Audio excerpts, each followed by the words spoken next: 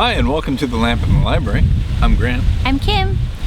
And today we're just going to give you a little update on what we've been reading the past little while.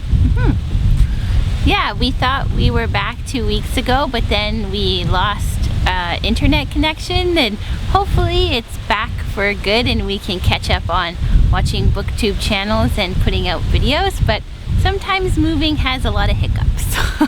Yeah. So, Kim, we're reading books. Yeah, what are you reading? Well, I picked up this book by Peter Wohlleben.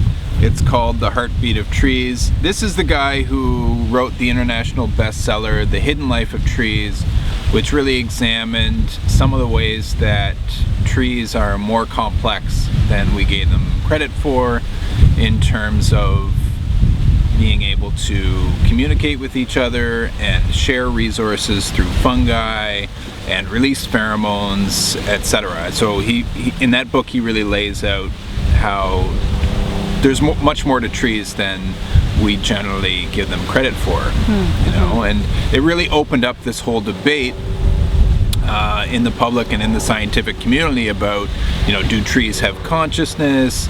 Are trees, you know, aware and thinking beings? And while that science is still being fiercely debated, I think, it was a really interesting book. Anyway, this is a really kind of light and easy book, The Heartbeat of Trees, and it really more examines our relationship to nature and how we benefit from being out in nature, and really short, pithy chapters. And I think his strength as a writer is taking really complex concepts and ideas and really simplifying them for a lay audience. So it's a fast and breezy read, but I'm thoroughly enjoying it right now. It's a good book for summer. Yes, yeah. What are you reading? So I picked up this book, Fire Cider, 101 Zesty Recipes for Health Boosting Remedies, by Rosemary, Gladstar, and friends. And while I knew of fire cider and some various recipes, it's sort of a tonic that herbalists often use for really helping with your health in the autumn and winter and when you start to feel congested. What I wasn't aware of is that recently there's been a bit of a legal battle over the name fire cider in the United States. So I picked up the book because the beginning gives the story of this legal battle. So just a little brief synopsis.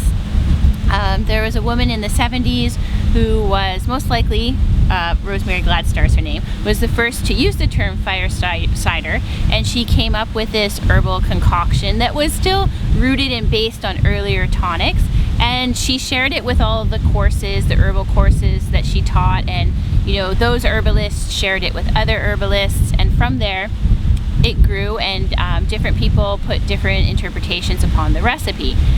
Fast forward to a few years ago, there was a couple who started a new herbal business, and without telling anyone, they went to trademark the term fire cider for their fire cider products. And when that came out, the herbalist community really saw that as going against the ethos of herbalism, and you know, no one owns the term fire cider, so a bit of a legal battle took place for fire cider as a term to be, you know, something that's open and more in the public domain, so any herbalist can use it. And when this book was written, they didn't know how these legal battles were going to turn out, but I just recently looked and it looks like the courts sided in favor of the herbalists, and it's back to being more of a public name that people can use, which I think is really great. But the benefit of all that, I guess, is that this book came out because it wanted to share that story and share a variety of recipes and interpretations of fire cider. There's also recipes for like salad dressings that use it, mustards, like all kinds of creations, and it's really beautifully illustrated, so it's just a fun book to look through. And another added benefit that Graham can now attest to is it smells amazing. It's a really good smelling book. Yeah, so I wonder if that's the inks and the paper that they actually use for this particular publication. Yeah. You know, fans of this YouTube channel probably can attest to the the benefits of that new book smell. And this new book smell is above the average, I would say. It's really nice. There's like a sweet smell to it. So who's the publisher of this one? The publisher is Story, S-T-O-R-E-Y. So yeah, I'll definitely check out, I think, their website to see some of the other books that they publish. But if you have any interest in herbalism or fire cider, I really would recommend picking it up. It's a fun read, and then you get like all these interesting recipes and interpretations, and it might inspire you to come up with your own interpretation for fire cider.